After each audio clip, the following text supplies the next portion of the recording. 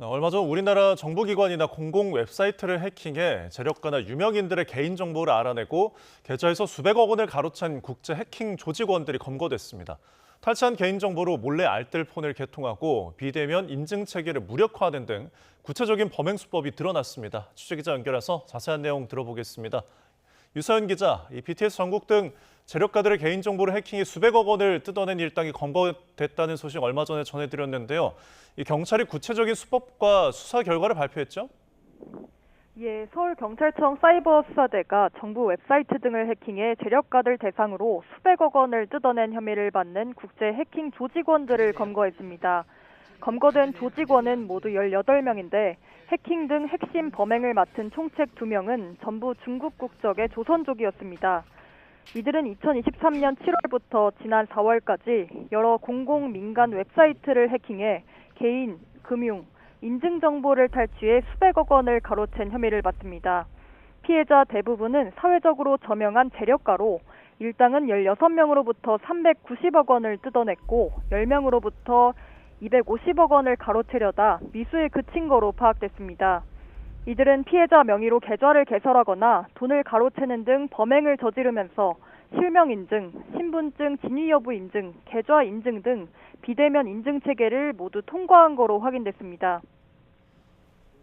네, 그런데 어떻게 이런 범행이 가능했던 건가요? 네, 먼저 일당은 보안이 약한 정부 공공기관이나 IT 플랫폼 업체 웹사이트를 해킹해 개인정보를 빼냈습니다. 이들은 피해자 258명의 이름과 전화번호, 계좌번호와 금융자산 잔고 등 다수의 정보를 얻는 데 성공했는데요. 이러한 정보를 바탕으로 일단 자산이 많은 재력가를 1차 범행 대상으로 선정했습니다.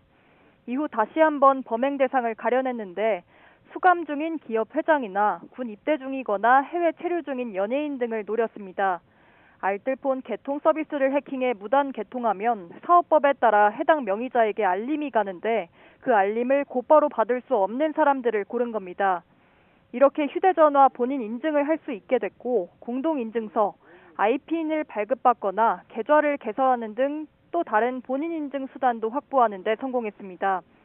이들 일당은 또 위조 신분증으로 피해자 명의 신규 계좌를 개설하거나 OTP 무단 발급까지 해 이체 한도를 일일에 5억까지 높이기도 한 거로 조사됐습니다. 네, 해킹 대상이 됐던 취약한 기관들에 대해서 조치가 이루어졌습니까? 네, 경찰은 공공과 민간기관 22곳에 취약점 24가지를 발견했다고 밝혔는데요. 비밀번호 오류 제한 횟수가 정해져 있지 않았던 사이트 등입니다. 경찰은 해당 기관들의 문제점을 통보하고 보안 개선 조치를 마쳤다고 말했습니다. 또 범행이 적발된 뒤인 지난해 5월 이후로는 피해 사실이 접수되지 않았다고 밝혔습니다.